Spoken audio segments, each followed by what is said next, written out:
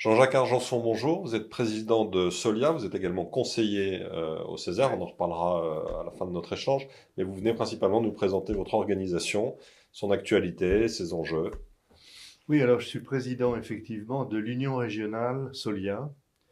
Et Solia est donc le résultat de la fusion de deux réseaux associatifs qui, pour certains, existent depuis la guerre, notamment ce qui s'appelait à l'époque les pactes, programmes d'action contre les taudis. Ça veut dire ce que ça veut dire. On est né effectivement sur la question de la précarité dans le logement. Et donc, il y a 10 ans, on s'est marié avec nos amis de Habitat et Développement, qui était une structure un peu identique, mais très branchée sur le monde rural. Et donc, on a créé Solia, qui est donc devenu le premier réseau associatif qui s'occupe des questions de précarité dans le logement, précarité technique, énergétique, mais aussi précarité sociale, bien sûr. Et puis, malheureusement, manque de logement. Donc voilà un peu l'objet de Solia. Et Solia en région, c'est une dizaine d'associations avec en gros 400 salariés, 410. Enfin, ça, évidemment, ça fluctue. Mais aussi, et c'est important pour nous, 350 bénévoles de gouvernance et pas seulement. D'accord. Et vos adhérents? Ce sont les Ce sont associations, les... c'est-à-dire l'Union D'accord. régionale et la fédération régionale de ces associations qui sont plutôt départementales, mais pas seulement. Vous avez aussi des associations interdépartementales, vous avez aussi des associations spécialisées dans des métiers, puisqu'en gros, nous faisons 5 types de métiers. D'accord.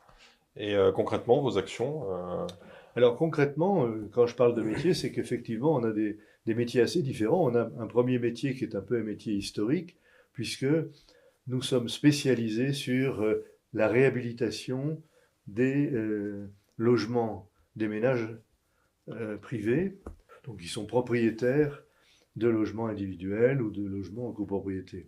Et donc ça, c'est notre activité d'origine. À l'origine, d'ailleurs, c'était un métier que nous faisions en s'appuyant sur des bénévoles.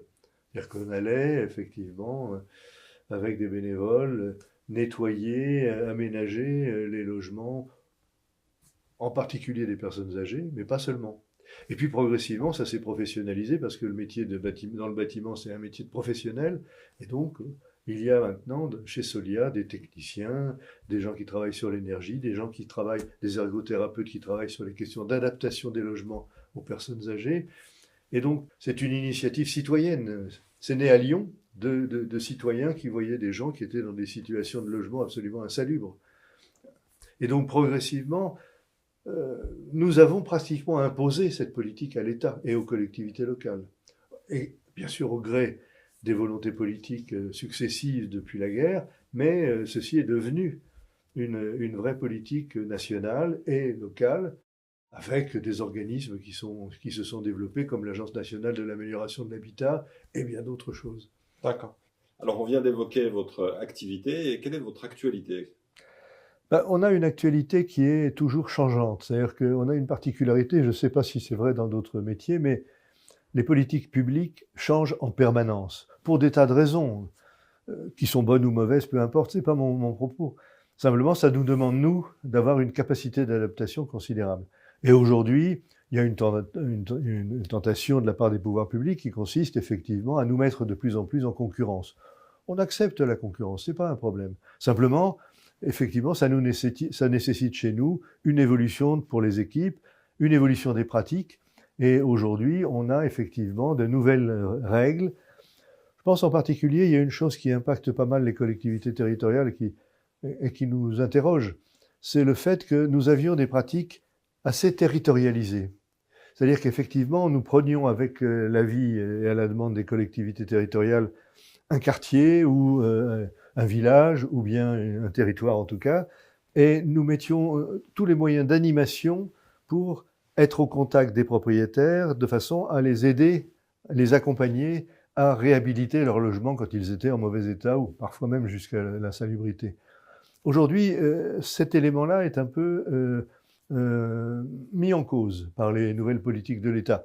Alors, je peux comprendre que l'État change. Moi, ça fait partie de leur job, ou de leur responsabilité en tout cas. Mais en tout cas, les conséquences sont parfois très difficiles à maîtriser. Et ça nous demande, à nous, de nous adapter, mais ça demande aussi à notre environnement, et en particulier aux propriétaires, qui sont les derniers décideurs, parce que quand vous avez une ambition de faire réhabiliter dans un quartier, ce sont les propriétaires qui décident. Dans une copropriété, c'est pareil. Et donc c'est là où les choses se compliquent. Parce qu'évidemment, les gens qui ont l'habitude de quelque chose, notamment d'avoir des subventions ou pas pour telle ou telle chose, eh bien demain, ils vont se retrouver, ils vont peut-être avoir un projet, et ils vont se retrouver dans une situation qui sera difficile pour mener le projet à bien. Et ça, je crois que c'est compliqué. Et en tout cas, nous qui sommes en première ligne, c'est très compliqué à expliquer, parce que les gens ont le sentiment que c'est nous qui décidons, alors qu'on ne fait qu'appliquer la politique de l'État. J'aimerais bien que vous nous parliez du truck de Solia, qui est une initiative assez innovante et qui fait bien l'actualité. Alors effectivement, c'est une manière qui est dans la fidélité au travail que nous faisons depuis toujours, c'est-à-dire dans cette pratique qu'on développe d'aller vers les gens qui sont en situation d'exclusion. Parce que on le sait, 30% des gens ne revendiquent pas, ne demandent même pas les droits auxquels dont ils pourraient bénéficier. Et ça, c'est vrai pour tous les services sociaux. Et donc nous avons imaginé, au bénéfice des personnes âgées ou handicapées, d'aller vers. Et donc on a créé un petit camion, une sorte de camion vitrine d'exposition mobile. Et nous allons dans les communes, sur les marchés, même parfois sur des parkings de supermarchés, pour rencontrer les gens là où ils sont, de façon à ce qu'ils prennent conscience qu'ils peuvent faire quelque chose. Parce qu'il n'y a rien de pire, par exemple, ce sont des événements qu'on vit encore au quotidien, de la personne âgée qui prend encore sa douche dans sa baignoire et qui malheureusement tombe et se casse le col du fémur. Et c'est souvent comme ça qu'on nous demande d'intervenir. Mais c'est trop tard. Et donc, on a cette ambition d'aller vers pour que progressivement les gens prennent conscience qu'on peut faire quelque chose. Et non seulement on peut faire quelque chose, mais on peut faire quelque chose au bénéfice des plus modestes, parce que, bien sûr, nous avons réussi effectivement à faire mettre en place par l'État et les collectivités locales un certain nombre de moyens de subvention qui, au bénéfice des plus modestes, leur permettent de faire des travaux alors qu'ils ne pensaient pas. Et donc, on est dans cette logique, et le truc, et on a sensibilisé plus de 3000 ménages, 3000 personnes. Et 3000, c'est quand même pas mal, parce que ça veut dire qu'effectivement, c'est des gens qu'on n'aurait jamais rencontrés autrement. C'est évident. Vous nous parlez de vos relations avec les pouvoirs publics, ça m'amène assez naturellement au Césaire, qui concentre un certain nombre d'acteurs. Vous êtes vous-même donc président de l'organisation et membre du Césaire, donc vous avez tracé vous-même votre feuille de route. Vous exercez votre mandat avec quelle idée, Alors, il y a plusieurs choses qui m'intéressent beaucoup au Césaire, qui nous intéressent parce que, si vous voulez, nous, on est une organisation qui est